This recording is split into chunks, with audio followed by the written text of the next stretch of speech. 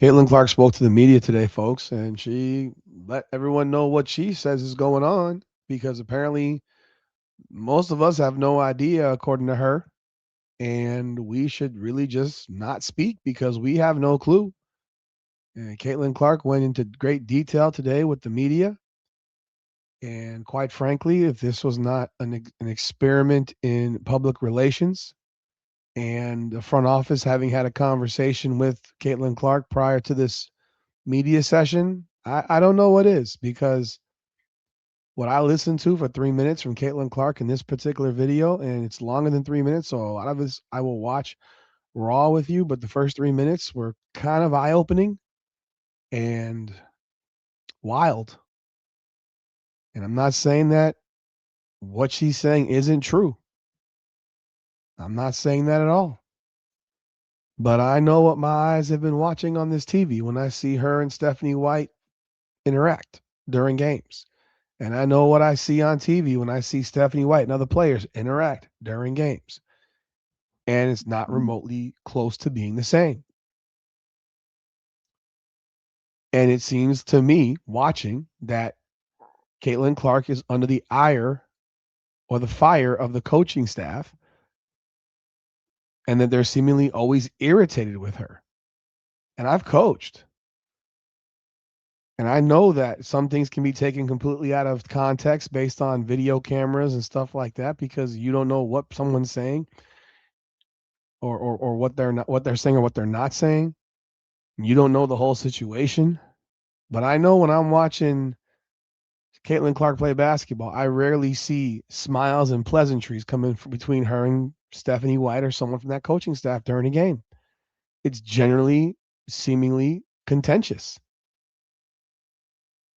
So let's take a listen to what Caitlin Clark had to say. I'm not even doing the intro today. I'm just going to play this interview for y'all.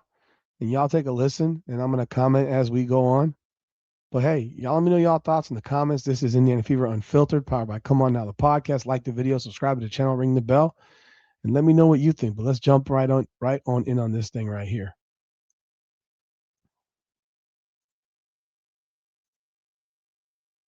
I mean, first of all, two people being competitive, two people that really want to win. And, I think a lot of those things happen all the time. And I know there's a camera on me, and that's how it's going to be. But there's a lot of people out there in the media or on TV that they think they know a lot of things, and they're just blatantly wrong about a lot of things. And I ride for Steph. I ride for these girls. Steph has my back more than anybody. So, nobody in that locker room, in our locker room, or Steph or our coaching staff thought twice about it. It's just another example of what everybody, all of you, want to blow up and make something that is just lost and not in reality. Now, how would you describe your relationship with Steph? It's great. Like, there's nobody, like, when I got hurt at the Connecticut game last year, like, I bawled in Steph's arms. Like, that's somebody I will ride for the rest of my life. Like, those are the moments that people behind, people don't see that. People that just sit on their phones all day, they don't see those moments. They don't see the moments where we come into work. They don't see the moments that really absolutely suck, that people have your back, but they think they know everything. In reality, they don't have a clue. And it's old, but it's the reality in the life that I've lived for the past 5 years, and it's something I'm used to. But me and Steph both know what it is, and that's somebody who I will always ride for. Let's start first. Let's jump in real quick. So she says that we have no idea what we're talking about. We're on our phones. She rides for Steph at all times. We don't see that when she got hurt versus Connecticut, that she was crying in Stephanie White's arms after the game. You're right. We don't see that. What we do see is you constantly being yelled at like you're a kid. And I watch what happens on a basketball court. I can't speak of what happens off the court. None of us can.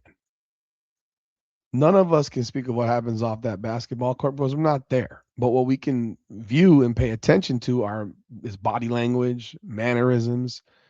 And there are plenty of body language experts out there that would say that what's going on between her and Stephanie White during games is not normal.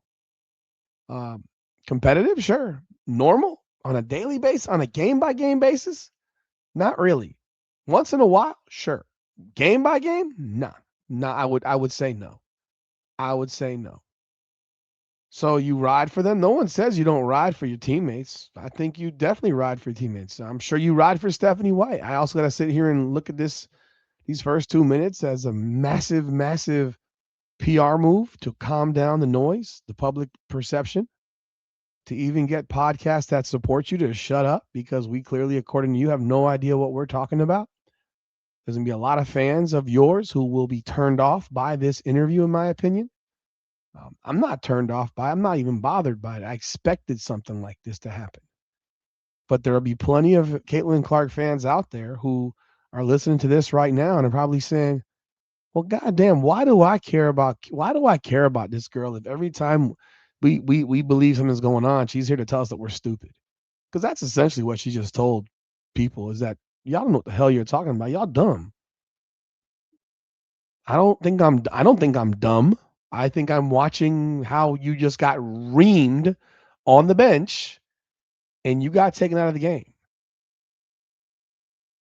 I've never seen that happen with any teammate of yours in a year and a half under Stephanie White.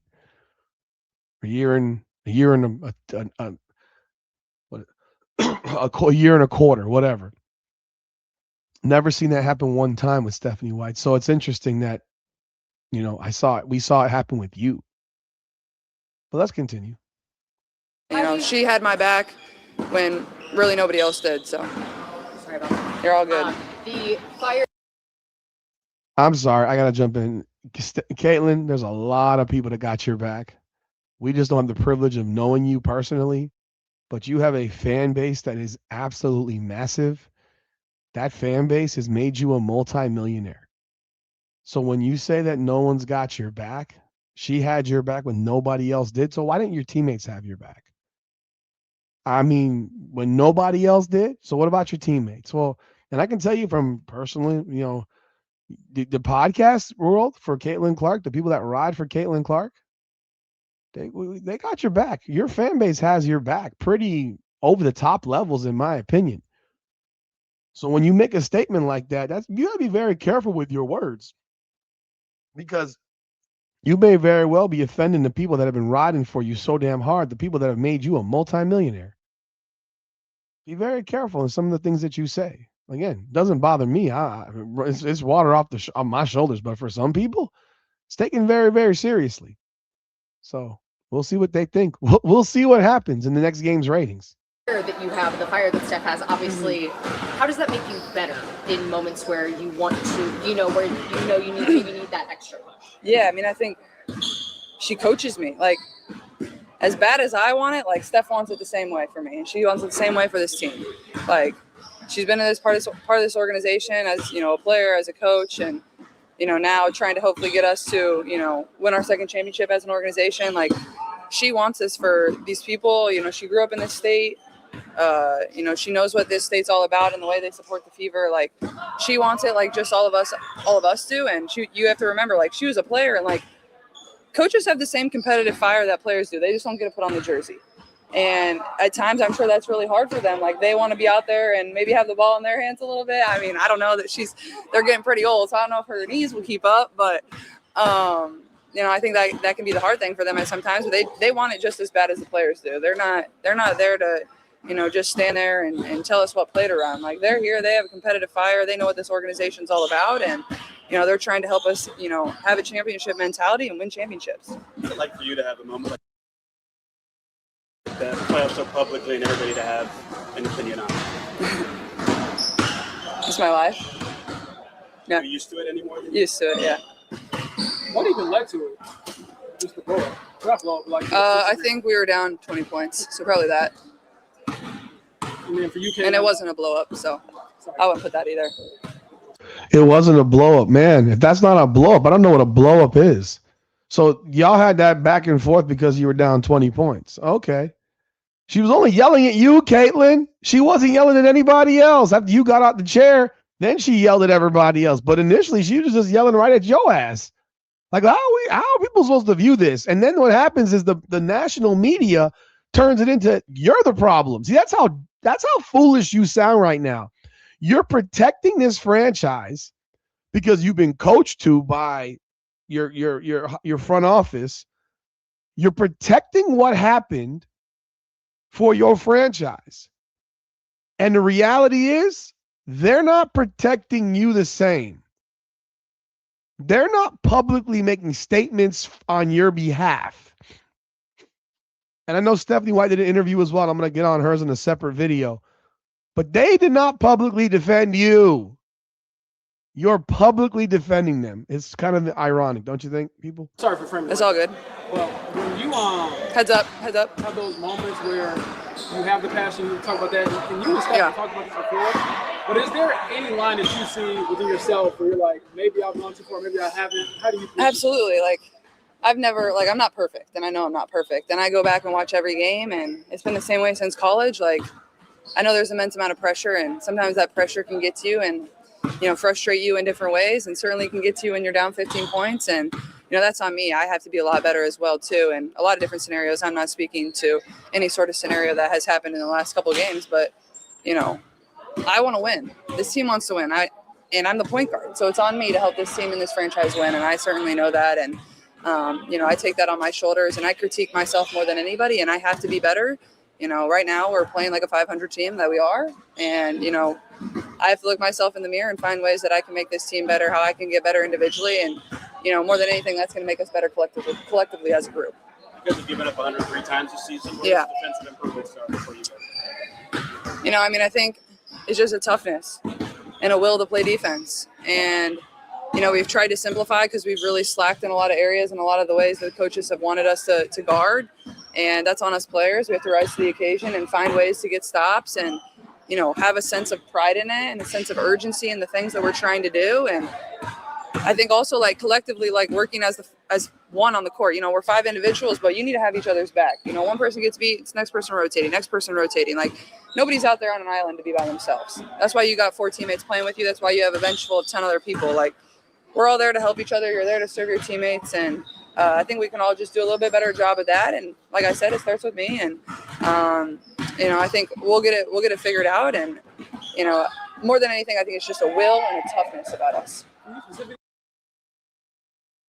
All right, I want to jump on this for a quick second because tonight I was talking to Nick about all this stuff, and because y'all know Nick played college basketball, Division I college basketball, and he watched the game twice actually, and he was talking to me, and honestly he brought up things to me when we were speaking that I had no idea what he was talking about because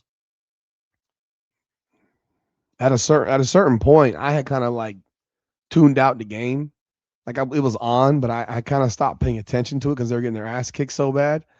Whereas he said, he brought this up, but I mentioned this as well.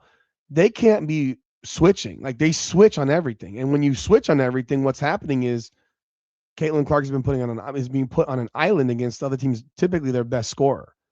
And she can't guard that person one-on-one. And really no one on that team can truly guard that person one-on-one. But then on top of that, she can't guard that person one-on-one and then have no help behind her. And that's continuously what happens. And he noted that, saying, they never come and help. They'll stay glued to the person in the corner who's shooting a 3, who's the 3-point shooter. They'll glue on that person and they won't help down. And it happens constantly. They'll have a big who won't shift over to help because for whatever reason, he says, and in his opinion, that's something that's being coached. That's something that's being coached. If you're not leaving the corner shooter to help on a layup, you're being coached to not leave that corner shooter at all. And that's something that he noted specifically. Then on top of that, he also said that they had gone into a zone late in the third quarter, and I hadn't even noticed it, to be honest. But he says it looked like they went into a zone, and the zone was so damn bad. It was so bad. He says it looked so bad, it looked like it's never been coached because they had no idea where to be. So this is from a former college basketball player, Division I point guard, telling you there's coaching issues here, there's player issues here, but there seems to be a massive lack of coaching or players being told to do certain things that just aren't going to be good for your team. The switching is ridiculous. You can't switch. Caitlin Clark either has to go above the screen or go under the screen and dare the person with the ball to shoot it. The person on the screen has to drop cover, to protect, and they have to dare people to make threes. Dare them to make threes because your on-ball defenders are going to get cooked. You have to drop cover. You can't you have to hedge up and protect, but you can't just stand there. You can't switch. And because all that switching will do will get Caitlin Clark destroyed in one-on-one settings. Like she can't guard individuals like that. Heck, no one in this league really can, but she definitely can't. And you need her full juice offensively too. She carries your team. So those are some things that we talked about, and I just want to bring them up to y'all. So let's continue. But she mentioned toughness and stuff like that and switching or helping, and they're not helping. They're never helping. In fact, they're doing the opposite of helping. How do you think you can improve defensively, Caitlin? Obviously, people are going to go at you because part of trying to Yeah, I mean, I expect it to continue to happen. I think I've guarded probably the most isolations in the league so far, but I think it just using my body a little bit better, a lot of backpedaling in the last game. I think like forcing the catch out a little bit further, make them take a few dribbles outside the 3-point line rather than letting them in the paint in their first couple of dribbles. I just think a physicality and a toughness, get them to slide a little bit more laterally than just straight downhill. But, I know I have to improve in that area, and I certainly will, and continue to work on it. And it's one of those things, you look in the mirror, you watch the film, you find ways to get better. And I think even like comparing like the first Golden State game we had here and then the last game, like the difference is, I forced them into, 12, 15-foot contested jump shots rather than the, 7-foot shots around the rim. Like those are a lot easier for people to make. Those are the shots that we want to take. So I think, just forcing them out a little bit further, forcing them out beyond the 3-point line and just doing that. Just a little bit. I think she's wrong there. I think she's flat out wrong there. She's saying I forced them to do that. No. No, you didn't force anything. I watched that. They shot those shots. And you weren't guarding Veronica Burton. You were guarding Tiffany Hayes. You're guarding a different type of player. Veronica Burton is like a bulldog. I mean, she just throws her body into everything. Whereas Tiffany Hayes is more of she wants to shoot jumpers. I mean, she's a different type of player. And I don't know that you forced them into doing anything. I think they just took those shots. Whereas Veronica Burton is not just going to take those shots. She's just going to relentlessly attack you. And yeah, you get caught up in these ISOs because they're looking to embarrass you. They're looking to put you on your heels. They're looking to get you into foul trouble. They're going to make you make decisions, which is what they should be doing, because they don't want you on the floor offensively. So if they have their way to attack you is to get you off the floor with fouls, and that's on the defensive end. Different level of physicality. I think what happened in that moment is I was challenging a play.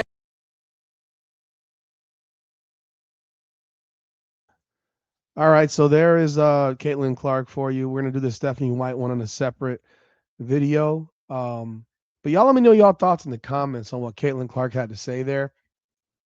I think she covered the Fever's ass. I'm gonna do the Stephanie White one, and I hope to hear them cover her ass. I would love to hear. I'd love to hear a defense of Caitlin Clark, because Caitlin Clark is right now getting skewered by national media for being entitled, bratty, spoiled, uncoachable. Like, you name the nasty thing that can be said, it's being said right now because of stuff like this. And yet Caitlin Clark jumped up and just took a bullet for the team, for the coach, for the organization, despite the fact that they're not playing in a way that actually makes her better. Okay, so hey, y'all let me know y'all thoughts in the comments about what I said, what Caitlin Clark said, what my opinion of this whole thing is. But we'll be doing a video on Stephanie White as well, so you'll be on the lookout for that one. But again, like the video, subscribe to the channels, leave your comments. I appreciate y'all as always. This is Indiana Fever Unfiltered, powered by Come On Now, the podcast. Come on now.